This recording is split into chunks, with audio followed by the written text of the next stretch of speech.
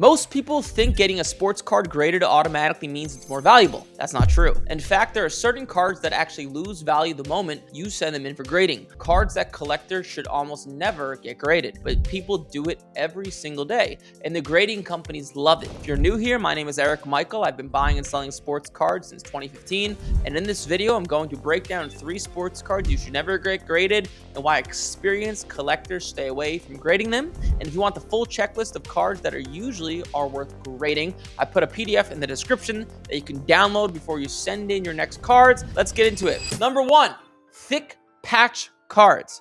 So certain cards are thinner, certain cards are thicker. Examples of thicker cards are Dynasty, Flawless, National Treasures. These cards are thicker, and a lot of times they have patches in them. Any card that has a patch is usually just thicker, right, in order to fit the patch. And thicker cards get damaged easier. They are harder to grade because they move around in the case, and the corners get damaged very easy. And because the card is thicker, it gets indents in the surface much easier. Therefore, it is harder to grade. So let me give you an example. I took a 2024 Panini Flawless out of 25 Jalen Brunson autograph. This card's not cheap. It's worth about $3,000 to $3,500 not graded. And you would think that, okay, well, this card might be hard to grade, but if it grades a 10, I'm going to make a ton of money. That's actually not true a lot of the time with thick cards. Not only are they hard to grade, but you don't make a ton of money when they do grade a 10. A PSA 10 of this card I just talked about sold for $6,000 and $5,500. The raw sales on it are $3,300, $3,800, and $3,360.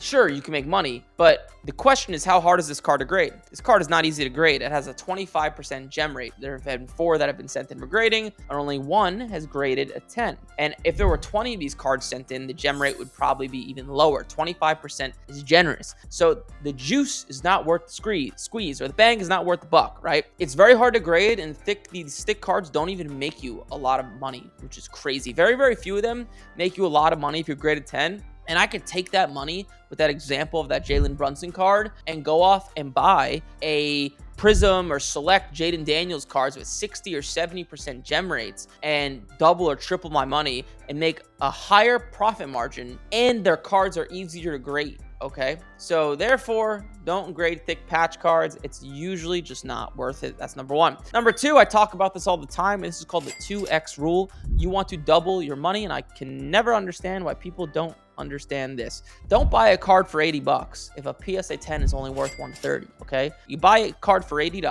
gonna have to spend $25 to get it graded, shipping, fees, etc. You'd be lucky to break even.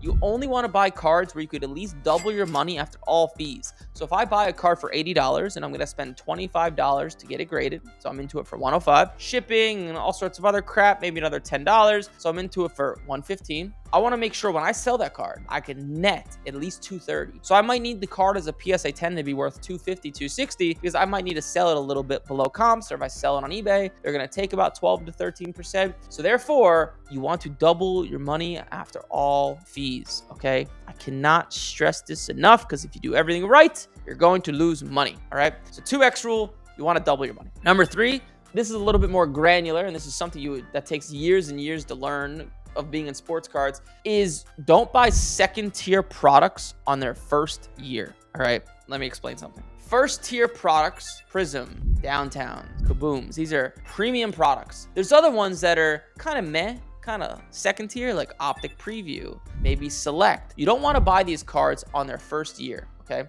and let me share my screen and show you exactly what I'm talking about. Because you hear me talk all the time, hey, buy cards in the off season and you'll make money if you hold it. That's not always true. Let's take last year, right? Let's take an Optic Preview Jaden Daniels Red Pandora. This was a very, very popular card. Let's look at a PSA 10 of this card, and let's look at the past year. The past year, this time last year, this card is worth $386. By the time the season started, it went down to about $250. You do not want to send in a card for grading like this, okay? That's going to be worth this here, and it's going to be worth less by the time you get it back. And this happens with new cards. So when I say new cards, I'm talking about the new guys that have come out. So right now, while I'm speaking, in the year of 2026, Jackson Dart, Shedeur Sanders, Tyler Shuck, these guys a handful of their cards actually go down as the season gets closer because they're new and there's not a lot of them in existence and people get excited for the new ones, so they sell for more. Then as the supply goes up and people open up packs and boxes and more come into existence and more PSA 10s come into existence, it actually goes like this, okay? This is just a general principle as well, or a general rule.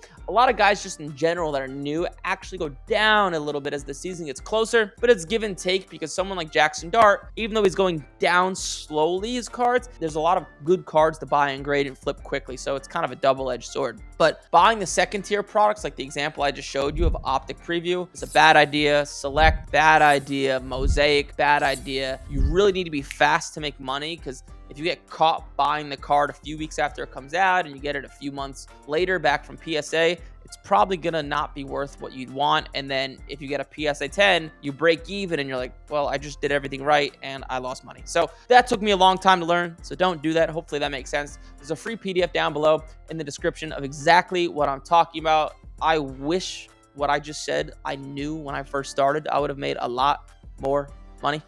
But like, comment, subscribe. I'll see you in the next one.